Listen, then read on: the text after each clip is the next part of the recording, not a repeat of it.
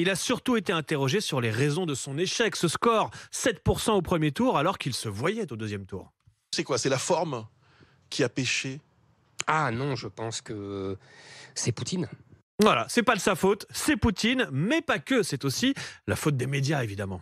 Moi, je pense surtout que j'ai été victime du bombardement médiatique incessant et du bombardement idéologique incessant. Voilà, il a été victime d'un bombardement idéologique, alors qu'à l'inverse... Macron a de la chance. Il a eu de la chance.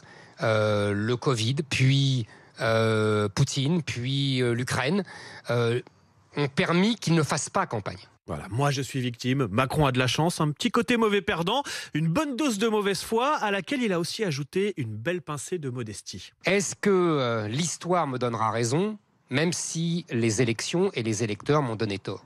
Ce n'est pas impossible. Dans la région, on le surnomme le roi du melon. On peut avoir raison trop tôt. Moi, je pense que j'ai raison. On va récupérer le bon melon de Cavaillon. La fameuse phrase d'Edgar Faure, on a grand tort d'avoir raison trop tôt. Un melon de qualité. Les peuples n'ont pas forcément raison. Vous savez... Vous avez raison, seul contre tous. Eh oui.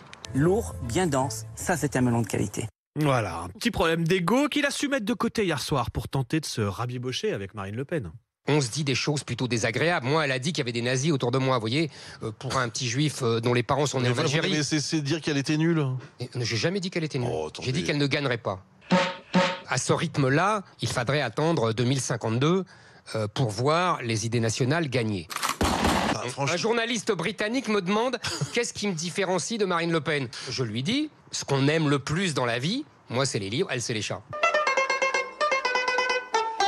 On est toujours aussi loin d'un accord avec Marine Le Pen. Et d'ailleurs, Éric Zemmour hier soir dit qu'il n'est pas sûr pour l'instant de se présenter lui-même aux élections législatives. Il dit qu'il hésite en effet et qu'il réserve sa décision.